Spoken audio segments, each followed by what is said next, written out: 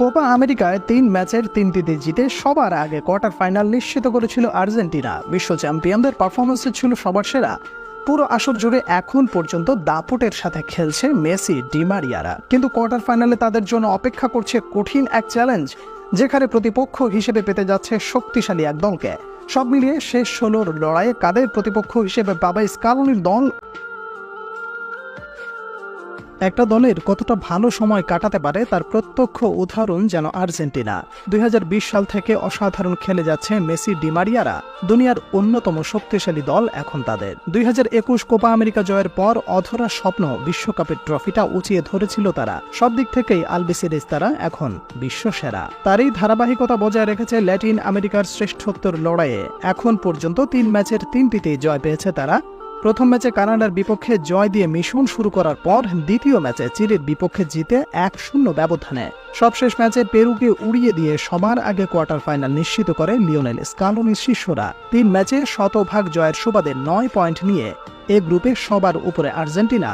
অন্যদিকে চিলির সাথে ড্র করে এই গ্রুপের রানার্স আপ হয়ে কোয়ার্টার ফাইনাল নিশ্চিত করেছে কানাডা।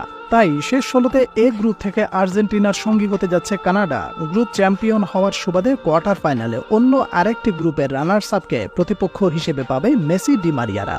ফুটবল বিশ্বের সবচেয়ে পুরনো এই টুর্নামেন্টের বর্তমান চ্যাম্পিয়ন আলবিসেলেস্তারা গত আসরে ব্রাজিলকে তাদের ঘরের মাঠে হারিয়ে শিরোপা উঁচিয়ে ধরেছিল। শুরু হয় দেশটির ফুটবল ইতিহাসে। তারই ধারাবাহিকতায় এবার টুর্নামেন্টেও তাদের আছে হট ফেভারিট তকমা, যার ফলস্বরূপ লিওনেল মেসিরা সবার আগে শেষ ১৬ নিশ্চিত করেছে।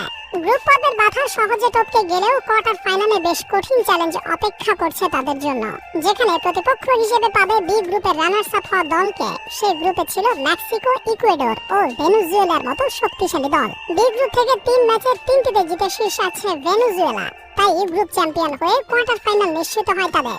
সমান ম্যাচে ১ জয় ও ১ ড্র করে ইকুয়েডরের পয়েন্ট ৪, অর্থাৎ ২ দলে আছে এখন প্রথম ও দ্বিতীয় স্থানে। অন্যদিকে মেক্সিকোর সমান পয়েন্ট হলেও গোল ব্যবধানে পিছিয়ে থেকে টুর্নামেন্ট থেকে ছিটকে গেছে ইতিমধ্যে, অর্থাৎ এখান থেকে গ্রুপ রানার্স আপ হয় ইকুয়েডর। সেই সুবাদে আর্জেন্টিনার পরবর্তী প্রতিপক্ষ এখন তারা।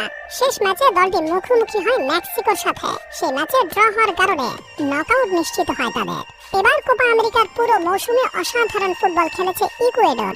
আক্রমণ ভাগ থেকে রক্ষণ ভাগ সব জায়গায় দলটির ফুটবলারদের পারফরমেন্স ছিল নজর কাড়া। বিশেষ করে গোলকিপার ডোমিনিক ছিলেন অনবদ্য। তাই কোয়ার্টার ফাইনালে প্রতিপক্ষ দেখে আপাতত স্বস্তিতে থাকার কোনো সুযোগ নেই কোচ লিওনেল স্কালোনির। এই ম্যাচে একটু ভুল করলেই বড় বিপদ হতে পারে মেসি, ডি মারিয়াদের। যদিও দলটির বর্তমান ফর্ম বিবেচনায় যে কোনো দলের বিপক্ষে এগিয়ে থাকবে তারা। সাথে আছে এখন পর্যন্ত অপরাজিত থাকার আত্মবিশ্বাস। তবে যেহেতু এটা নকআউট পর্ব এবং এক ম্যাচ হারলেই বাদ পড়তে হবে, তাই নিজেদের সেরা ফুটবলটাই খেলতে হবে।